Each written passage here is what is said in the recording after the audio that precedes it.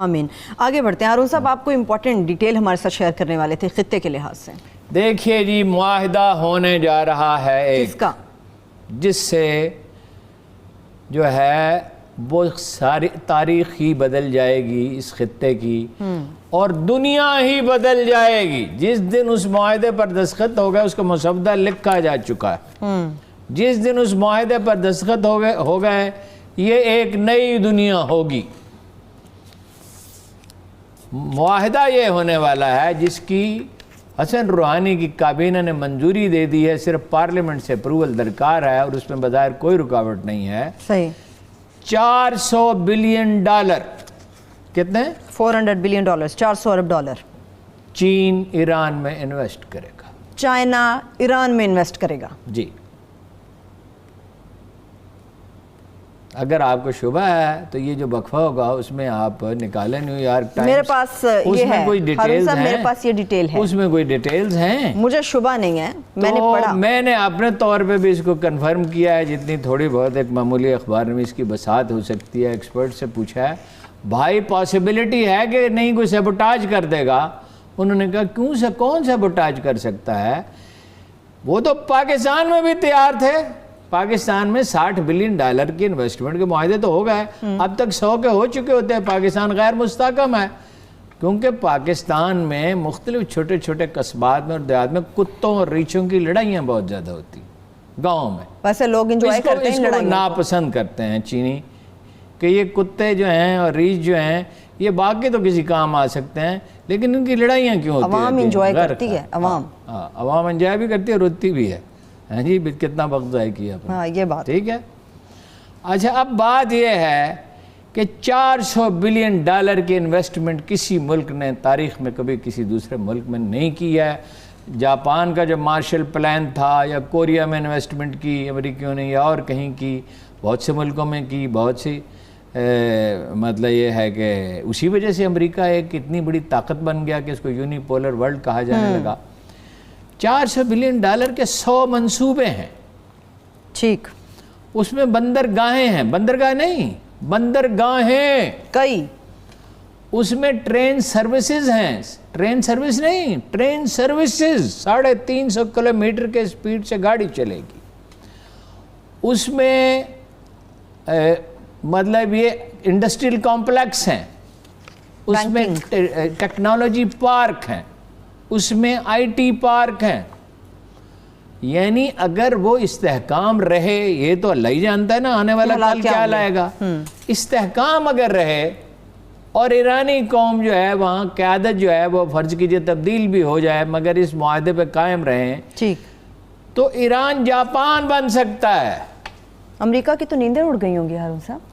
امریکہ کی نیندیں کیا اڑیں گی جب ایک پاگل کو اپنا بنا لیں، ایک ذہنی مریض کو اپنا صدر بنا لیں. ایگریمنٹ ہو گیا تھا امریکہ کا ایران کا ایٹمی پروگرام کے بارے میں، یورپی یونین اس میں شامل تھی. انہوں نے یک طرفہ طور پر توڑ دیا، ان کو دیوار سے لگا دیا. انہوں نے یہ سمجھا کہ ایرانی عربوں کی طرح ہے. ایرانی کوئی برگزیدہ قوم نہیں ہے لیکن عربوں کی طرح کمزور بھی نہیں ہے. انہوں نے انتظار کیا لیکن ان کا نیشنلزم بہت طاقتور ہے. وہ کھڑے رہے. ہم نے جناب چینیوں کو جو ہے وہ ہم نے سلو کر دی سپیڈ اس کی. سپیک کی یہاں $400 بلین انویسٹ کر سکتے تھے اس لیے کہ دوست ان کے ہم ہیں. ایران ان کا کب دوست تھا؟ ایران تو اب یعنی امریکہ نے دھکیل کے، ایران تو شہنشاہ ایران تو امریکہ کا تھانے دار تھا اس علاقے میں، اور بھٹو صاحب اسی کے ذریعے امریکہ سے روابط رکھتے تھے. اور بھی ذرائع تھے لیکن شہنشاہ ایران بھی، اور ماشاء اللہ سرخان اسی کے پاس تشریف لے گئے تھے وزیر اعظم بننے کے لیے. تو جب یہ آ گئے، دوسرے لوگ آ گئے، تو بھائی جو تبدیلیاں ہوتی ہیں تاریخ میں تو ان سے مفاہمت کرنی پڑتی ہے. صحیح. زندگی سے آپ مفاہمت کرتے ہیں، زندگی آپ سے مفاہمت نہیں کرتی چاہے کوئی سپر پاور ہو. سپر پاور ہے ہی کوئی نہیں، اللہ تعالیٰ ہے سپر پاور. ان کی اس کی ذات. جو تاریخی عوامل ہیں، سماجی عوامل ہیں، اقتصادی عوامل ہیں، سیاسی عوامل ہیں، وہ تاریخ کا رخ متعین کرتے ہیں اور وہ ان پہ کسی کا قابو تھوڑا ہی ہے. وہ تو قدرت کا قابو ہے. وہ خدا جانے کہاں سے کیا ہو جائے گا. ٹھیک ہے. ایران میں اگر یہ معاملہ ہو جاتا ہے تو مڈل ایسٹ تو بالکل مڈل ایسٹ کا واحد مستحکم ملک ہے، باقی غیر مستحکم ہے، یہ قدر مستحکم ہے۔ اگر کچھ اس کے نتیجے میں یہ ہو کہ کچھ لوگوں کی گریونسز وہاں کم ہو جائیں، انٹیلیجنس بہت سخت ہے، عدالتی نظام اچھا نہیں ہے، بے روزگاری تو ختم ہو جائے گی اگر پراپر انویسٹمنٹ بر وقت ہونے لگی تو جابز تو اتنی ہو جائیں گی کہ ایران میں لوگ شاید دوسرے ملکوں سے نوکری کرنے کے لیے جائیں۔ پاکستان کے لیے کیا ہوگا اس میں؟ پاکستان کے لیے تو یہ اتنی بڑی خوشخبری ہے جس کی کوئی حد ہی نہیں، اس لیے کہ اب تو پاکستان ایک تو انڈیا نکل گیا ایران سے، ٹھیک، جب 400 افغانستان سے وہ پہلے نکل چکا ہے، بالکل انڈیا نکل جائے گا اگر اس معاہدے پر عمل درآمد ہوتا ہے۔ ابھی معاہدے پہ دستخط نہیں ہوئے، پارلیمنٹ سے منظوری باقی ہے، منظوری باقی ہے، تو انڈیا تو نکل جائے گا۔ انڈیا بنیا کتنی انویسٹمنٹ کر سکتا ہے؟ وہ ہندو کتنی بنیا ہندو تو نہیں، ہندوؤں میں تو اچھے بھی ہوتے ہیں، برہمن کتنی انویسٹمنٹ کر سکتا ہے؟ $2 بلین، $4 بلین، $10 بلین، $20 بلین۔ یہ تو کبھی انہوں نے حکومت کی نہیں، تو 1000 سال کے بعد حکومت ملی ہے، اور 1000 سال پہلے بھی ہندوستان اکٹھا تھوڑی تھا، یہ تو چھوٹے چھوٹے راجواڑے تھے، ان میں تو وہ ظرف ہی نہیں ہے، وہ صلاحیت ہی نہیں ہے۔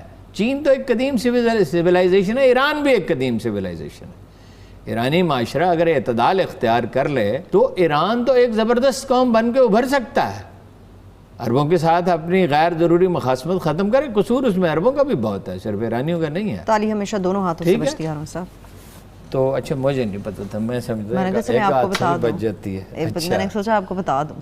تو یہ واقعہ رونما ہو گیا ہے، اور اس کے نتیجے میں امریکی پولیٹکس پہ بھی اثرات ہو سکتے ہیں میرے خیال میں، کہ جو بائیڈن جیت جائیں، اگر وہ یہ کہیں کہ میں ایران کے معاملے میں جو انتہا پسندی ہے اشارہ دیں کہ وہ اختیار نہیں کروں گا، اور اگر امریکی قوم نے یہ فیصلہ کیا، دیکھیں نا، امریکی صدر ڈونلڈ ٹرمپ صاحب ہیں بلیک میلر، انہوں نے کہا 1 ہفتے میں ہمارے بغیر حکومت نہیں چل سکتی۔ سعودیوں نے احتجاج کیا، مگر اتنا ہی کیا جتنا کوئی ایسا ذاتی ملازم ہو جس کو بے روزگار ہونے کا خطرہ ہو تو وہ دھیما سا ہلکا سا سر ایسے تو نہ کریں، تو انہوں نے کہا سر ایسے تو نہ کریں۔ سعودی عرب جو ہے وہ ایک قدیم ملک ہے، اور یہ ہے، اور عرب بہت قدیم تہذیب ہے، اور یہ ہے وہ ہے فلاں ہے، لیکن واقعہ تو یہی ہے۔ اور جو گولیاں چلی تھی پرنس محمد پہ، وہ کس نے چلائی تھی؟ یہ اطلاع غلط ہے اگر کسی نے کہی کہ وہ لوکل چلائی تھی، لوکل چلائی ہوتی تو اس کو پکڑ نہ لیتے، ان کی انٹیلیجنس اچھی ہے، ان کی پولیس ٹھیک ہے، اس کے بارے میں غالب امکان یہ ہے کہ وہ امریکیوں نے چلوائی تھی، اس لیے کہ وہ کچھ پر پرزے نکال رہا تھا، کچھ واقعات ہوئے تھے جو ایسے ہیں جن کو بیان کرنے میں مجھے تامل ہے، جن کو بیان کرنے میں مجھے تامل ہے، ان کو اچھا عرب تو ڈر گئے، اللہ کے رسول نے فرمایا تھا، پھر میں کہتا ہوں کہ چاند اپنے بزرگ میروں کے سوا ہر شخص کو پتا ہے کہ رسول اللہ کی ہر پیشین گوئی پوری ہوئی یا پوری ہو جانی ہے، کہ دمشق میں خرابی ہوگی تو ہر کہیں خرابی ہوگی، اور فرمایا تھا کہ ویل للعرب، یعنی فتنوں کا زمانہ آئے گا تو عربوں کے لیے بربادی ہے۔ ٹھیک ہے، ایرانی جو ہیں وہ فائنلی یہ اب آپ کہیں گے بالکل ہی الٹی بات کرتی ہے، تو بڑا پیراڈاکس ہے، امریکیوں کے ساتھ بھی جا سکتے ہیں، ایرانی امریکیوں کے ساتھ بھی جا سکتے ہیں، ہاں $500 بلین دے دیں، انویسٹمنٹ کر دیں، جو آپس کی وہ ایک چپکلش تنازع وہ سب ختم ہو سکتا ہے۔ ہاں، وہ ایرانیوں کا مسئلہ کوئی اصول پسندی کا اتنا نہیں، قوم پرستی کا ہے، اصول پسندی اور ہوتی ہے، قوم پرستی اور۔ اگر ایسا نہیں ہوتا تو امریکہ اپنا اثر و رسوخ استعمال کر سکتا ہے پارلیمنٹ میں منظوری کے امریکہ نے پارلیمنٹ میں منظوری تو روکنا مشکل ہے میرا خیال ہے، اس لیے کہ وہ پاکستان جیسی پارلیمنٹ نہیں ہے، وہ لڑنے دیتے ہی نہیں الیکشن، جس آدمی کے بارے میں انہیں ذرا سا بھی شبہ ہو وہ الیکشن نہیں لڑ سکتا۔ وہاں صدر کا یا وزیر اعظم کا الیکشن اس طرح نہیں ہوتا کہ کوئی زرداری صدر بن جائے تو کوئی یوسف زرا گیلانی وزیر اعظم بن جائے، وہ تو غیر ملکیوں کے ساتھ کسی کا ذرا سا بھی تعلق ہے تو وہ الیکشن نہیں وہاں لڑ سکتا۔ آگے بڑھنے کے لیے سی پیک کا جو راستہ تھا، اس کے آپ نے خود بھی اس کو مانا اور سب جانتے ہیں کہ اس کی رفتار سست ہوئی ہے، لیکن ہارون صاحب پاکستان اس سے کیسے بینیفٹ حاصل کر سکتا ہے جب چائنا ایران کے اندر باقاعدہ طور پر پاکستان تبھی بینیفٹ کر سکتا ہے جب یہاں استحکام آئے، یا تو طویل عرصے تک ایک ہی حکومت رہے، اور ایک ہی حکومت تب رہ سکتی ہے وہ عوامی امنگوں کے مطابق ہو، اور وہ قصاص اور انتقام کا فرق سمجھتی ہو. قصاص یہ ہوتا ہے جتنا جرم اتنی سزا, اور ہر مجرم کے لیے سزا, چاہے وہ حکمران پارٹی میں ہو